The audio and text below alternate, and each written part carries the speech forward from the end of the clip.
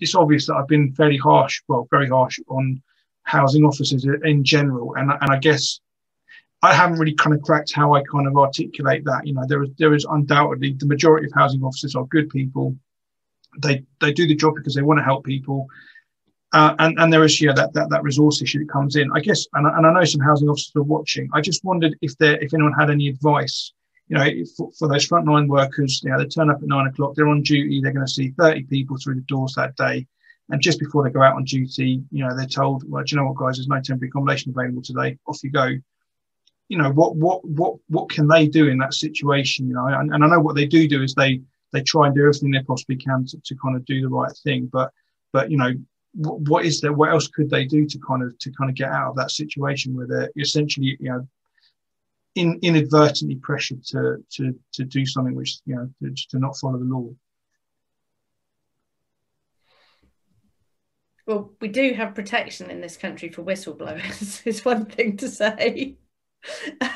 If you're being told that you can't provide temporary accommodation for people because you don't have any available, you are being asked to break the law. That there's no two ways about it. I mean, I can't give employment advice to people in that situation, but we do have some protection for people that are in a position of needing to disclose that sort of information. And are there kind of things available which are kind of maybe less extreme? You know, I mean, I always wonder what would happen if housing officers just went on strike and said, well, you know, we'll come back to work when we've got enough resources to do our job properly. But I don't. Yeah, that's never gone down well with anyone I suggested it to. But Araba, you got your hand there. Do you want to? Yeah. What I wanted to say, I used to deliver in-house courses from shelter to local authorities, and the thing that always struck me about the staff was that they felt frustrated. And this was a long time ago. This was 2001, 2002.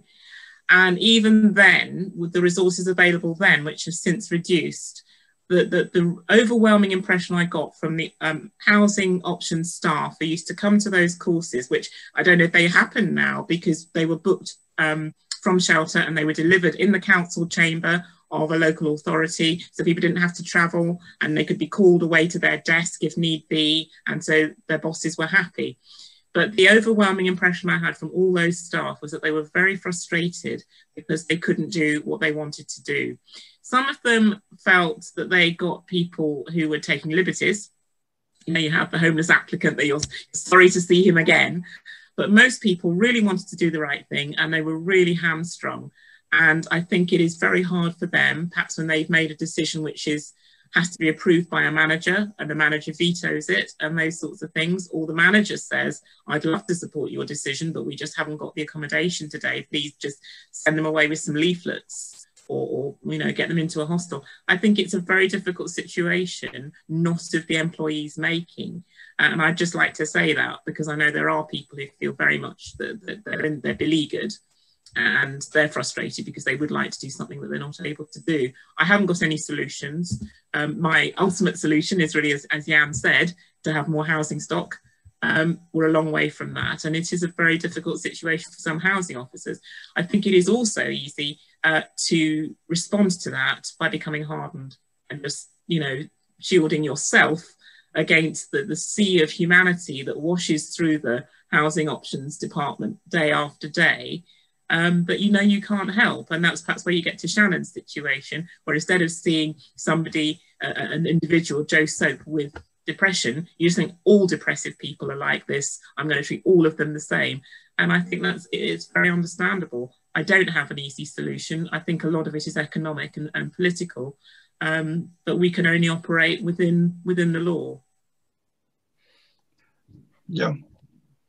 David. So again, I've not got an ultimate solution, but Araba, you're so right. And I think Jan's mentioned it, you mentioned it, Mike. There are some incredible people out there working in our sector, you know, whether they're housing officers, frontline workers, services, faith group volunteers and leaders. There's some amazing people.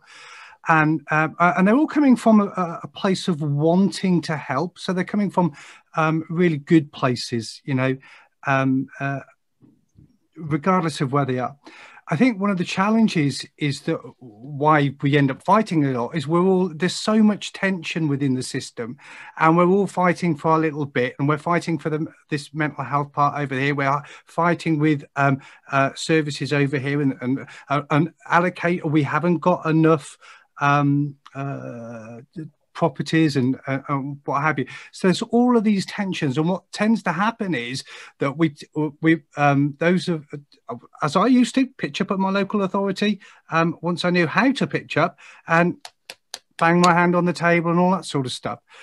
I think one of the answers, or one of the ways that we can start to find the solutions for this, and maybe, Mike, the solution might be that everyone agrees that all housing officers or local authority officers go on strike and we all march on Downing Street. I don't know. But I think one of the ways we work out the solution is we come together and work it out and not fight amongst each other, trying to get to these points. You know, Mike, you made a comment earlier about the legal profession being involved in co-production.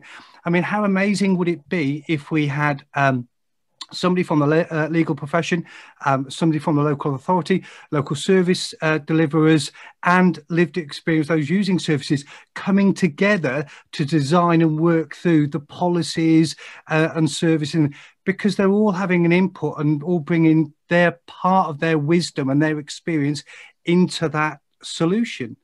And I think so. I haven't got an ultimate solution, but perhaps all working together might be helpful. Yeah, and I think there's actually some very practical ways that can be done. I mean, something we're hoping to work on locally, and it'll be new to the local authority, but it's something kind of up our sleeve, is we're hoping to kind of work together to kind of formulate some sort of policy around domestic abuse, particularly since the law's changing. But actually, councils have for a long time needed to have robust policies on how to deal with people who are experiencing abuse. And I think, you know, you could quite easily get some really incredible people all together and do something like that. So, I mean, I think that's, that. Unless anyone wants to say anything on that one, I'm going to just close with one more question. Sorry, can I just add something to what David was saying? And this is a bit of sort of micro advice, which isn't going to change the world or alleviate homelessness or anything of that nature. But if we're talking about this idea of co-production, or at least of cooperation, my advice to anybody either applying as homeless or supporting someone who is applying as homeless is ask for what you want, communicate, ask for it, explain what your difficulties are, explain if you need something to be done differently. Be as engaged with the process as you possibly can be. One of the innovations of the Homelessness Reduction Act was personal housing plans, which were supposed to have been a sort of joint activity, which was aimed at everybody working together to ensure that a person is provided with homelessness. It hasn't worked out that way. Most personal housing plans that I have seen are absolutely abysmal. They contain 1 or 2 steps. They're done from a template. Actually, if there are things that the local authority should be doing, say so. If the local authority has got it wrong, say so. If you think that they've done something wrong, say so, and just participate in the process as much as possible.